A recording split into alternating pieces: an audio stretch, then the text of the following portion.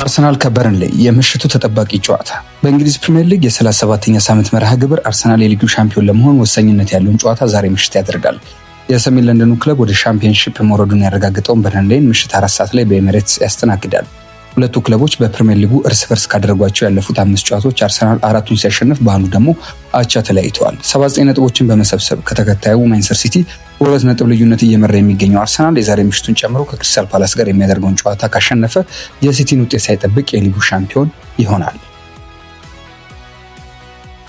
አርሰናል ዛሬ ወደ ታሪካዊ ዋንጫ አንድ እርምጃ ለመቅረብ ነው በርንሌን የሚያስተናግደው። የሰሜን ለንደኑ ክለብ አርሰናል ከ22 ዓመታት በኋላ ለመጀመሪያ ጊዜ ፕሪሚየር ሊግ ዋንጫ ለመጨበጥ የሚያደርገው ጉዞ ዛሬ ምሽት በኤሚሬትስ ስታዲየም ከበርንሌ ጋር በሚያደርገው ጨዋታ ይገፋበታል። ባለፈው ሳምንት በለንደን ስታዲየም ዌስት ሃምን 1-0 ባሸነፈበት ጨዋታ ሊያንድሮ ትሮሳርድ ያስቆጠራት ጎልና በደቂቃዎች ልዩነት የካለም ዊልሰን ጎል በቪአር መሻሩ ለመድፈኞቹ ዋንጫ ጉዞ እጅግ ወሳኝ ስጦታ ሆኗል። አሁን ግን የቀረውን ስራ በገዛ እጃቸው መጨረስ ይጠበቅባቸዋል። ማንቸስተር ሲቲ ክሪስታል ፓላስን 3-0 ማሸነፉን ተከትሎ አርሰናል ዛሬ ምሽት ዋንጫውን በይፋ ማንሳት አይችልም። ነገር ግን መድፈኞቹ ዛሬ በርንሌን ካሸነፉና ነገ ማንቸስተር ሲቲ በበርንማዝ ሜዳ ነጥብ ከጣለ አርሰናል ያለምንም ጥርጥር የዘንድሮውን የፕሪሚየር ሊግ ሻምፒዮን መሆኑን ያረጋግጣል። በርንሌ አስቀድሞ መውረዱ የተረጋገጠ ቢሆንም ባለፈው ሳምንት ከአስቶን ቪላ ጋር 2 አቻ መለያየቱ ክለቡ አሁንም ተፎካካሪ መሆኑን ጠቁሟል። በጊዜው አሰልጣኝ ማይክል ጃክሰን የሚመሩት በርንሌዎች ዛሬ ምሽት በማንቸስተር ሲቲ ደጋፊዎችና በገለልተኛ ተመልካቾች ሙሉ ድጋፍ ይደረግላቸዋል። አርሰናል በፕሪሚየር ሊጉ ከታሪክ ከበርንሌ ካደረጋቸው 19 ጨዋታዎች መካከል የተሸነፈው አንድ ጨዋታ ብቻ ሲሆን 14ቱን አሸንፏል። ባለፉት 5 ጨዋታዎች ግንኙነታቸው ደግሞ አርሰናል 4ቱን ሲያሸንፍ በአንዱ አቻ ተለያይተዋል።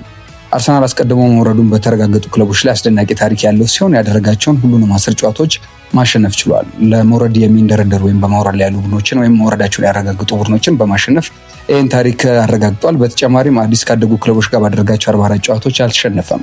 ስዊድናዊ አጥቂ ቪክቶር ዮኬሬሽ በክረምቱ ከመጣ በኋላ በኤሚሬትስ ስታዲየም አሁን እጅግ መነቃቃት ላይ ይገኛል። ካስቆጠራቸው 14 የሊግ ጎሎች ውስጥ 9ኙን በገዛ ሜዳ ያስቆጠራቸው ናቸው። በዛሬው ጨዋታም ዋነኛው የጎል አዳኝ ሆኖ ይጠበቃል ተብሏል። በርንሌ በበኩሉ ተከላካዮችን ጆርዳን ቤየር እና ኮኖር ሮበርትስ እንዲሁም አማካዩን ጆሽ ካለንን በጉዳት ምክንያት አያሰልፍም። ሃኒባል ሙጅሪምም የመሰለፉ ጉዳይ አጠራጣሪ ነው።